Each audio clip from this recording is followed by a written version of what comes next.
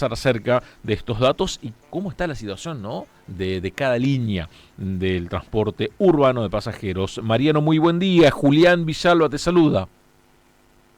Buen día, Julián, un gusto estar con vos. Gracias a vos por estos minutos. Bueno, tienen datos fresquitos del Observatorio Social del Transporte, cómo está la situación y qué cantidad de rosarinos, rosarinas usan el transporte urbano de pasajeros. Bueno, justamente ese es uno de los datos alarmantes, que en realidad no lo tenemos tan fresquito porque al no convocar el municipio a la Comisión de Seguimiento del Transporte, los datos pura y exclusivamente los podemos sacar del estudio de costos. Ese dato lo sacamos del estudio de costos y con respecto al año 2025, que es el último año completo, se cancelaron 41 millones de boletos, lo cual es algo que es realmente alarmante porque tenemos en cuenta que estamos a niveles cercanos a pandemia.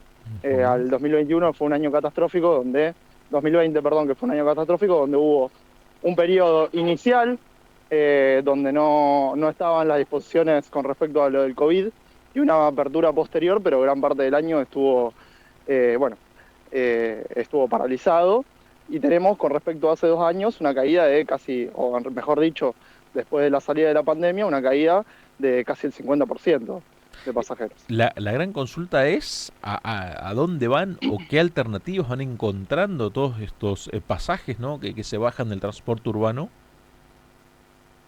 Y bueno, eso es algo que realmente tenemos que pensarlo, porque claramente no va en el sistema público de taxi o de remises. Ujú. Entonces, son personas que buscan otras alternativas, que pueden explicar con las aplicaciones ilegales también, y que, bueno, justamente generan también el transporte individual que colapsa todo lo que es el caos vehicular en el centro. En torno al tema frecuencias, ¿cómo viene? ¿Qué datos arroja el informe del Observatorio Social del Transporte? Bueno, esto es algo también interesante porque, como ustedes bien saben, hubo una renovación de flota que realizó el municipio después de muchos años sin realizarla en el año pasado, que ellos planteaban que el objetivo era justamente mejorar significativamente la frecuencia por las líneas que justamente no se rompen, básicamente, y que tienen un menor desgaste.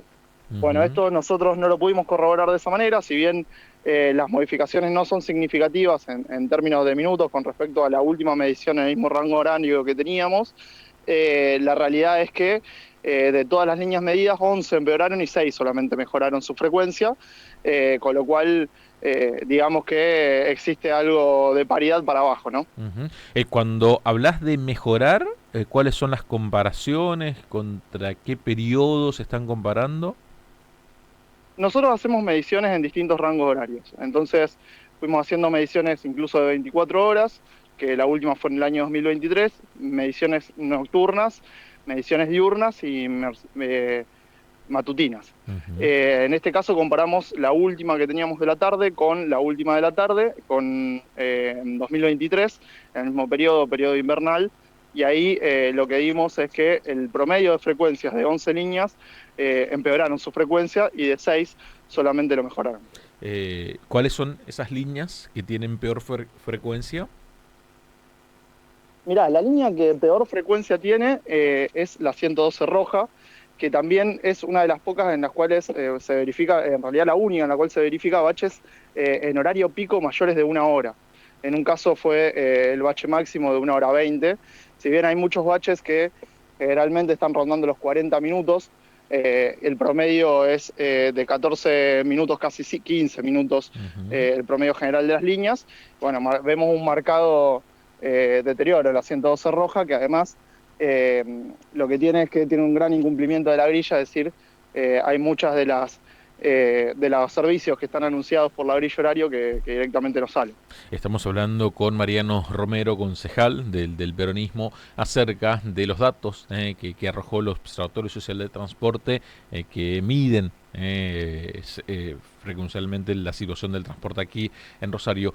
¿Cómo se está comportando la única empresa que tiene el transporte urbano de pasajeros, lo que tiene que ver con Rosario Bus, y si lograron hacer una comparativa, ¿no?, entre Movi, que es la empresa estatal, y Rosario Bus? Bastante parejo, ¿no? Las dos tienen incumplimientos similares, salvo esta situación de la 112, la medición de las frecuencias es similar en ambas y también de los incumplimientos de los servicios, lo notamos por lo menos en esta medición de manera similar. Ujú. ¿Hay unidades 0 kilómetros, unidades con piso bajo? ¿El pliego del transporte se cumple? Bueno, esto sí es una novedad positiva dentro de todas las negativas, que es que justamente la renovación de flotas lo que posibilitó es la eliminación del incumplimiento masivo que había con respecto a algunas líneas de piso alto, ¿no? Es decir, Ujú. unidades que no estaban adaptadas para personas con movilidad reducida. La renovación de la flota que se produjo durante todo el año pasado, que vino a resolver básicamente un problema que teníamos, es que desde el comienzo de la gestión Hapkin, incluso antes, no venían haciéndose renovaciones de flota, lo cual había deteriorado muchísimo los vehículos que teníamos en circulación. Bueno, esto ha mejorado sin lugar a duda con las renovaciones.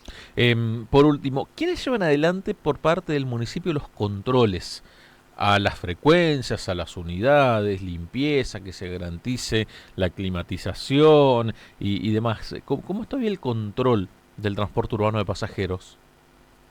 Bueno, el ente de la movilidad tiene que cubrir gran parte de las distintas aristas que planteabas.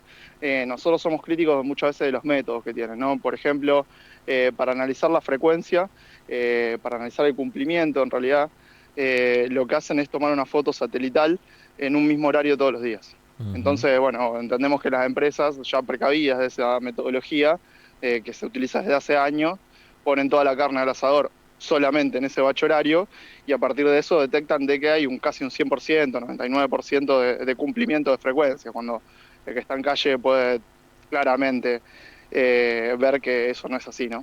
Muy bien, Mariano. Muchísimas gracias, como siempre, por estos minutos.